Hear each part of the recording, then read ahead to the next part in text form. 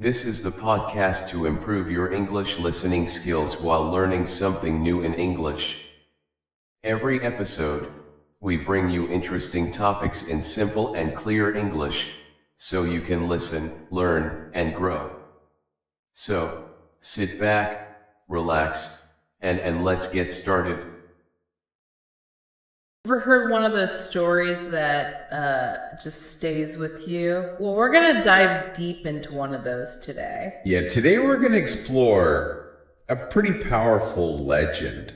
From the coast of West Sumatra, Indonesia. The tale of Malin Kundang. Have you heard of this one? I think it's one of those classic stories that really kind of gets you thinking. Right.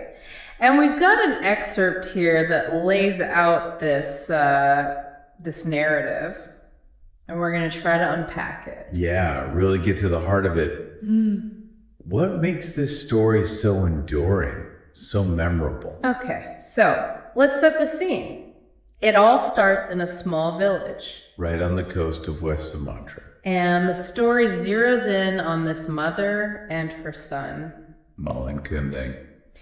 And they're living in poverty. But the excerpt really emphasizes the mother's love for Malin. It's like her whole world. Yeah.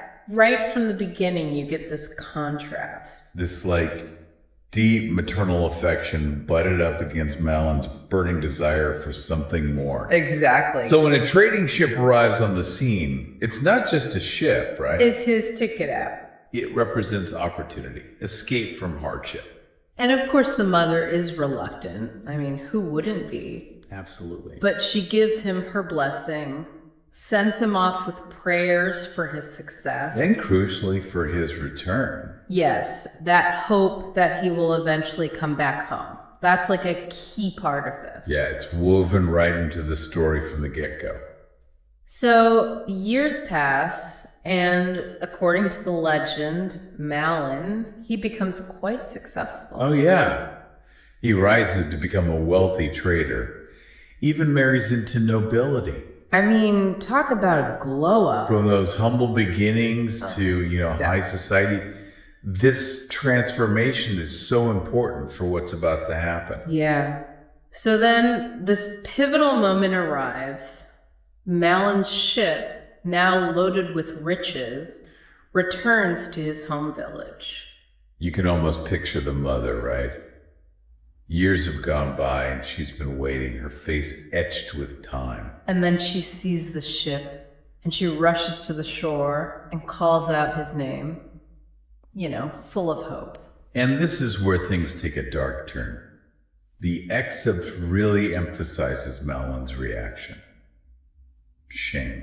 He sees his mother, older now, still poor, standing there in front of his new wealthy wife and his crew. And he just completely denies her. It's more than just embarrassment. It's like a visceral rejection of his past. Yeah, the source says he actually drove her away harshly. I mean, that's cold. It's like this brutal severing of ties. Yeah. And her response is what really drives this legend to its climax. Absolutely. So she's heartbroken, obviously, betrayed. And she cries out for justice, prays for retribution. And the consequences are immediate. The supernatural. The sky darkens, lightning flashes, huge waves crash against Malin's ship. It's like this divine response. It's really striking the way the story describes it. Mm-hmm. This instant karmic payback. Totally. And then, the legend doesn't end there. It goes on to describe Malin's fate. Right. It's not just about the ship. Malin himself is transformed. As punishment for his actions. His body slowly turns to stone. Almost like this, permanent reminder. A monument to his betrayal. And according to the excerpt, even today at Hermanus Beach, there's this stone formation that people say is the petrified Malin Kundang. It's like this tangible, lasting reminder of the story. Yeah, I mean, this whole legend really drives home a powerful message. It does. It's about respecting your parents, showing them gratitude, remembering where you came from. And there's that cautionary element too, like be careful about getting too big for your britches. About arrogance. Yeah. And the impact of broken promises. Yeah. After hearing this, you can't help but think about these universal themes, right?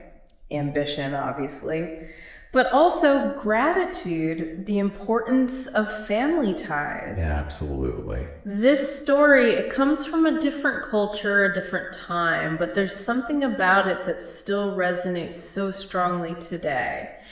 And I think, after hearing this, I think it's worth asking ourselves, how does this story speak to you? What parts of it stick with you? And how can we take that message and, maybe apply it to our own lives?